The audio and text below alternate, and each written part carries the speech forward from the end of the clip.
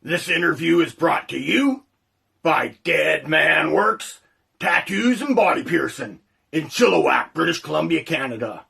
Make sure you give the dead man a jingle dingle the next time you want a skin doodled in.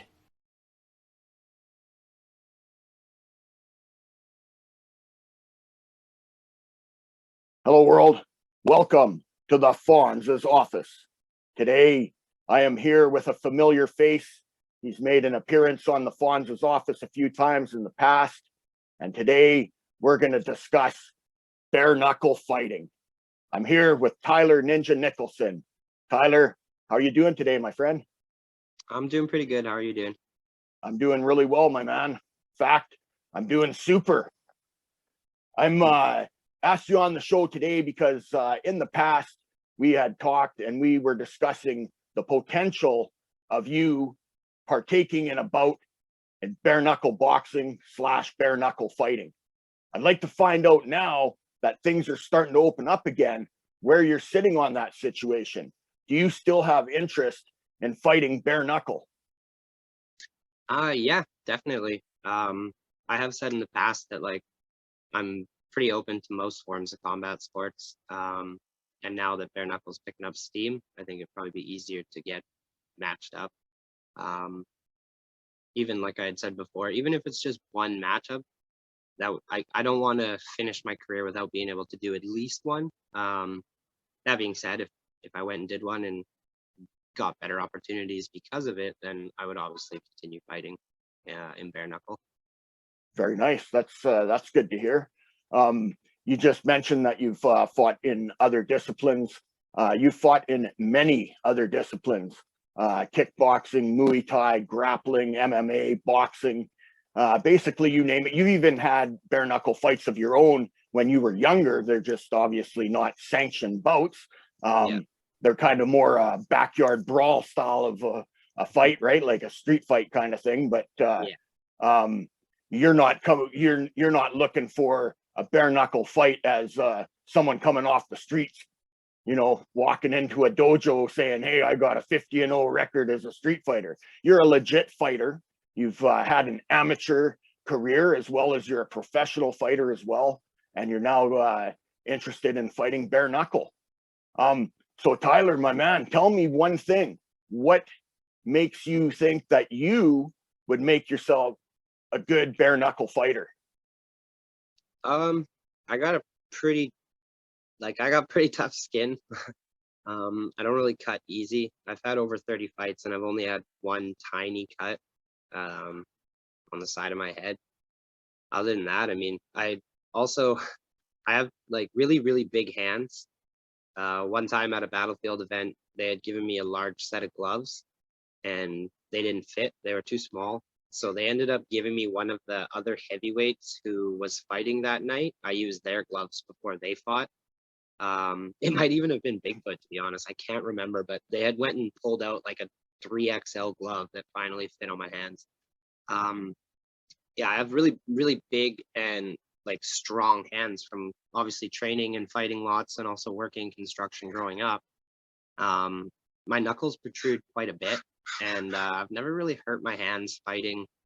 I've never had real damage to my hands, so I'm not too worried about them getting hurt. But I also I have a tire bag in my backyard, and I hit that thing bare knuckle all the time. My hands never really get hurt, so I'm not too worried about my hands getting hurt at all. And the other thing is I had a pretty decent amateur boxing career and know how to utilize my hands very well. I also, at the same time as doing that, was competing in Muay Thai and competing in MMA. So I know how to adjust my striking to kind of adapt to whatever I'm doing at the time. When I fight in Muay Thai, my stance is a little different. When I fight in boxing, my stance is way different than when I fight in Muay Thai. When I fight in MMA, it's a little bit of a combination of boxing and kickboxing, but trying to have the hands in position to be able to stop takedowns if need be as well. Moving into this, I mean, I know they wrap the crap out of your wrists and tape your wrists up real nice. So it's really just the knuckles that take damage. And like I said prior, I'm not really worried about my knuckles taking damage. So there's not much that really intimidates me going into a bare knuckle fight, to be honest. Yeah, understandably, especially with that career backing that you do have with the amateur career in numerous disciplines, as well as your pro career.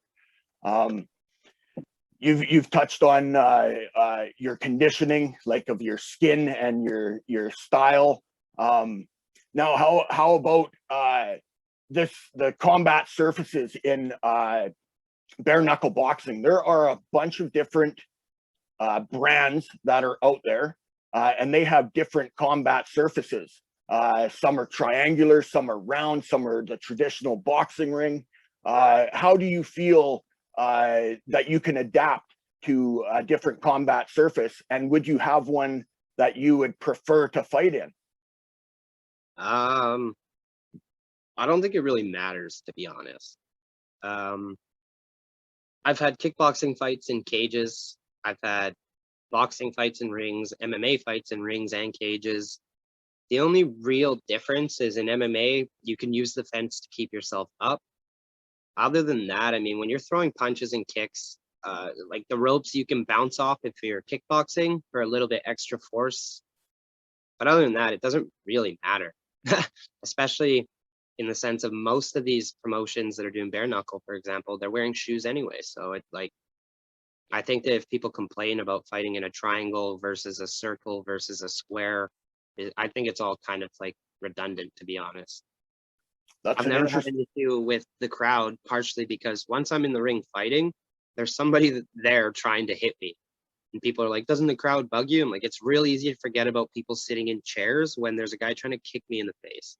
And I kind of feel the same way. Like, it doesn't matter what shape of stage you're on fighting in, you're going to get punched and kicked regardless. So That's a very interesting way to look at that, and from a fighter's perspective, very valid as well. As a fan, I wouldn't really think of it coming from a fighter's view, so I appreciate you laying into us with your perspective that way. With the mentioning of the different brands that are around, there's an organization in the United States that's kind of moving ahead of the other brands. I don't want to put any disrespect on any brands by any means, or show favoritism to any brands, but Bare Knuckle Fighting Championship seems to be at this moment the big stage in North America. But there are also other brands where a fighter can get in to get their pro debut. BKFC has what some refer to as a feeder series called Toe the Line Fight Series. There's Valor Bare Knuckle as well, who came out with a big first show. The super rumor is that they're putting on another event. That's an organization that that has associations with Ken Shamrock. There's also Dada 5000 and his Backyard Brawl, BYB Extreme Fight Series. And even up here in Canada, there is Canadian Bare Knuckle Boxing under the Fight Night banner. So there's now lots of opportunity in North America, and the UK and Norway over there, they're putting on shows as well, and they have plans to come over to North America as well. So Bare Knuckle is really taking off, and there will be lots of opportunities. One brand that I just said I don't want to show favoritism, but one brand that I think that the potential for you to get a fight with would be a brand down in the United States, and I mentioned it, is Dada 5000 has associations with it. Mr. Mike Velasquez, good evening, sir, and Mel Valenzuela, the matchmaker. I believe that I could talk to those gentlemen down there and get you to brawl in the Trigon. They got events coming up this year. What would you have aspirations to maybe fight on that Trigon combat surface? It's like a lot of the fighters that I have fought there say it's like fighting in a phone booth. That's something that you'd be prepared to do. yeah, I mean, I've been in a lot of close quarters type of combat situations, so I'm not too worried about it. I mean, I've done a lot of tire sparring. If you know what that is, you have an opponent or a partner with 1 foot in, and you have 1 foot in, and you guys can't run anywhere. Nice. Yeah, so yeah, and I mean, when I was boxing, I trained a lot of long range techniques and stuff like that, but I got to work with a professional boxer, and he was a really short, tight infighter. So I, over time, learned the ability to fight in close really well for a guy who has such long arms.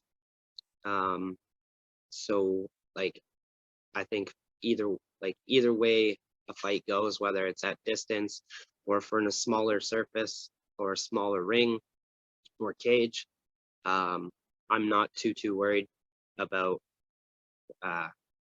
yeah, the size of it doesn't really, again, we're going to be punching and kicking.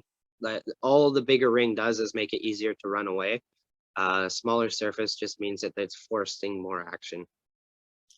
Absolutely, that's exactly what it does, and that is exactly what BYB Extreme Fighting Series is known for, is that explosive action. They very rarely have a fight go the distance. They almost all end in a knockout or a doctor stoppage. Yeah, man, I really think that with BareKnuckle being on the in the limelight now, and with your interest still being there the way it is, I think we give BYB Extreme Fight Series a jingle dingle. We talked to the respectful men there, Mike Vasquez and Mel Valenzuela, and we'll see if we can get you on. They got a fight card coming up June or July. We're in June right now. I think their next fight card is in July. Maybe a little too short notice for that, but possibly on the one after that. If there is an opening on their next event, is that something that you could be prepared for on short notice? There are, as we know, injuries that happen in training camps, and often fighters pull out on short notice. Would you be interested in a short notice fight or something? Would you be more willing for would you be more, you'd rather your first debut, your debut bare knuckle fight to be with a full camp? So a couple things. One, I would much prefer, I've taken a lot of short notice fights and maybe fights I shouldn't have, just based off a bit of pride. I don't like people thinking they can beat me, and some of those people have, some of them haven't. But there's been times where I've taken fights on 2 days, 1 day notice. And I've come out on top on a lot of those fights, actually. That being said, I've also had the opposite, where I wasn't ready for fights and took the fight because of just believing in myself, but not having put in the proper training camp and proper discipline, diet, exercise, all that. You can't, at the point where I've reached in my career and the guys I'm going to fight, you can't go based off of your skills. I did that a lot as an amateur, where I just went in knowing I was good at fighting and was able to capitalize, but it's never always going to work out that way. You can't be just, you know what I mean? So I'm pretty confident that with a proper training camp, I'd be much more inclined to go and fight out there in the States. Just because I've had a lot going on since my last fight. I've moved. I'm taking care of my elderly grandfather full time. Yeah, it's been a crazy ride the last 2 months, and I actually had my nose broken a couple of days before my last fight, and my coaches knew, and I also did tell the promoter as well. But with everything going on with COVID, I didn't know, who knows if I pull out of that fight and then COVID shuts everything down for another year and I don't get to fight for a year. So I, again, made the choice to go in and fight, and just figured if I could keep out of range and not get hit in the nose for enough time to land some damage, that I'd be able to put on a good fight and at least come out I was going in to win regardless. Yeah. And so I've kind of been dealing with getting my nose fixed and all that. I haven't really been able to train the same way, obviously, with moving and blah, blah, blah. So I wouldn't be able to just jump in on short notice and give myself an actual chance at winning. Because when I do fight, I'm not afraid to fight good guys either. Right. So I would prefer to be able to actually have a proper camp. The sparring is a little different. Timing's a little different. Like I said, I'm pretty adaptable, but it's a lot easier to adapt to situations when you've been preparing for that situation for a given number of time. Absolutely, and that's a respectful way to look at that as well. What weight classes or they've got different weight classes in the different promotions. So a better way, what weight range would you be willing to fight bare knuckle? Well, my plan has been to try and move up to 45. And I have gained a little bit of weight over the last 2 years, but not anything substantially enough to actually go up weight. The guys who are able to make 45 are still coming down sometimes from like 170 or higher. I personally know 2 of my own friends that are doing very well in professional fighting. They get up to 180, 183, 4 pounds, and then they cut down to 145. Right. The heaviest I've been walking around at the last little bit is like 157, maybe. Right. And right. because I haven't been able to do the same amount of training Sure. just in the last 2 months. But the gym at my house at the new place is now set up. So I'm just getting back into the swing of things. I've just talked to both my strength coach and my sprint coach and my actual coaches. And this week we're going to be starting back up, getting everything in order so that I'm able to fight again by the time, maybe anytime pretty much after pretty much after July. It's going to take me at least a month to get like my shit together in a sense, right? Like I need to start getting sprints regularly. I've been doing some light jogging and some bag work, hitting a little bit of pads here and there, but nothing like fight camp. Sure. So it's just a matter of over this next week, 2 weeks, getting back into the swing of things, putting my schedule together, and then getting back to training twice a day like I was before. That to me would sound like the July card would be a little too soon for you. So let's aim at trying to get you on to their card after that. That will give you enough time to have your proper camp that you would like to have. It gives them a bit of time also to find an opponent that would be suitable for yourself. Perhaps another fighter with some experience in the same fields as you that would be making their bare knuckle debut, or somebody who's had one fight already bare knuckle. Yeah, that sounds like a game plan. Yeah, I appreciate you taking some time out today to talk to us about bare knuckle fighting and that.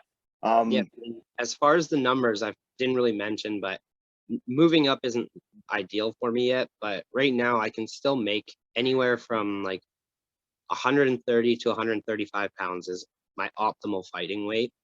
Okay. Obviously, a few pounds here and there in either direction could possibly be managed, but that's where I seem to perform the best. It's also where I seem to have my body kind of gets like, as you drop weight, you become more and more fit. And when I'm sitting, usually when I get down to 35, the next day I feel pretty good still. Anything below that, I start to feel a little bit of the effects of cutting the weight.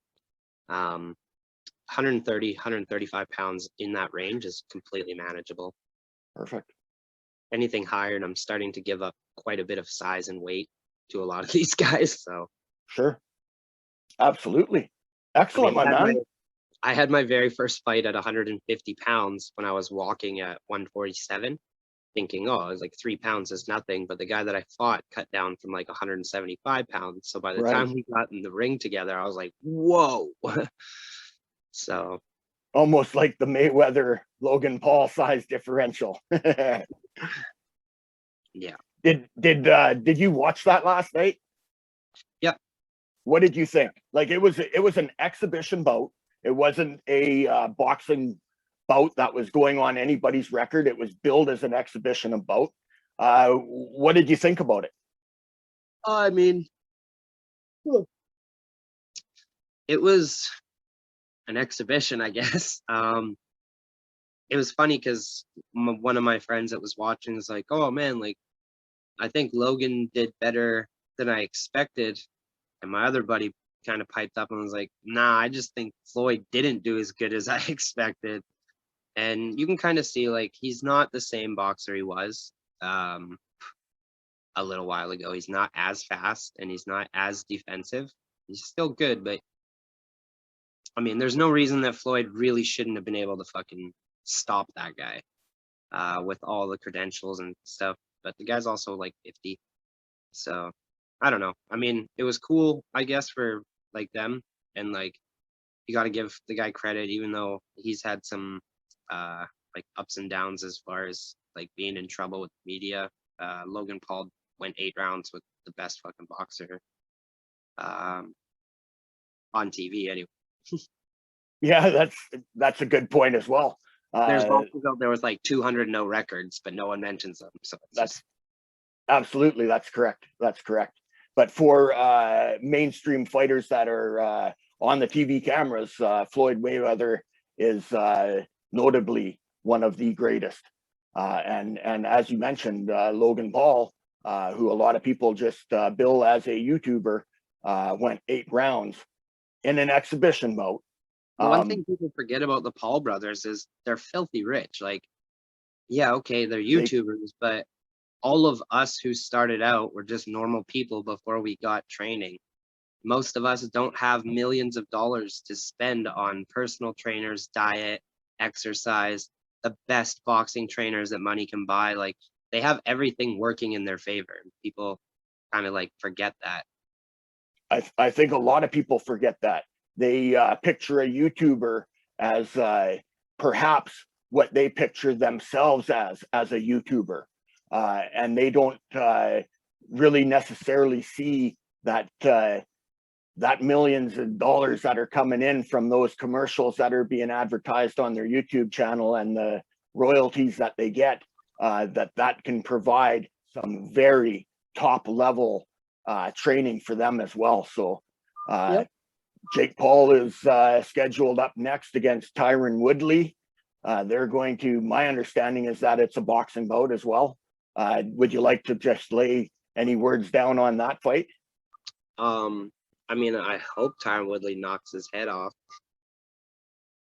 That's about all there is to say about that. I don't really like Jake Paul. I don't really like, I don't know. He represents a generation that I'm a little bit above in a sense. So for me, there's a bit of a disconnect there. I'm not like a TikTok kid or anything. So I don't know. I just think he's a goofball. Like, he would have got beat up growing up where I did. So I don't know. I don't like his attitude. I can understand that. I'm a little torn on these guys, on my own thoughts on them. I do respect the fact that they make things happen. They don't sit around and wait for things to happen. That they make things happen, and that they have created the background and the backing that they have, where a lot of people like myself am at the beginning stages of trying to build. And yeah, who knows? Even though I don't necessarily like them, like I don't know that I would actually hang out with them if I grew up with them, that kind of thing, but I do respect them. And I even look up to them in a sense of putting my mind on doing something and then achieving those goals. So I can relate to that, and at least it's a positive to take out of it anyway. So again, Tyler, thank you once again for your time today. Is there anybody that you'd like to shout out or anything along those lines? Yeah, I mean, obviously my teammates at Titan MMA, or Titan Training Center now, sorry. My coaches, Ken Tran and Nabil Salome, Nabil Marbu, and I also have my strength coach, Luca Molinari. Without any of them, I wouldn't be able to progress the way I have. It sucks my last fight didn't really show much as far as what I've been doing over the last year, but I suffered a pretty decent injury and didn't want to pull out of the fight, went in, and that injury just got a whole lot worse. So, you know, I really appreciate everything that they've been doing because they put a lot of time and effort into me, especially over this last year. It's been pretty crazy, and they made a lot of things work for me that maybe some other people weren't even having the opportunities to get in. So they really make everything happen, and without them, like I'm just some guy who's calling people out by himself, no team. Very, very, very true. Well, you will hopefully have an opportunity in the near future to avenge that loss personally for yourself. And perhaps it may be on a bare knuckle combat surface. And if everything goes according to plan, it may even end up being on the BYB Extreme Fighting Series Trigon Ring, and Tylor Ninja Nicholson may get his chance to brawl. I am Jeff Lott, and this is the Fonz's Office.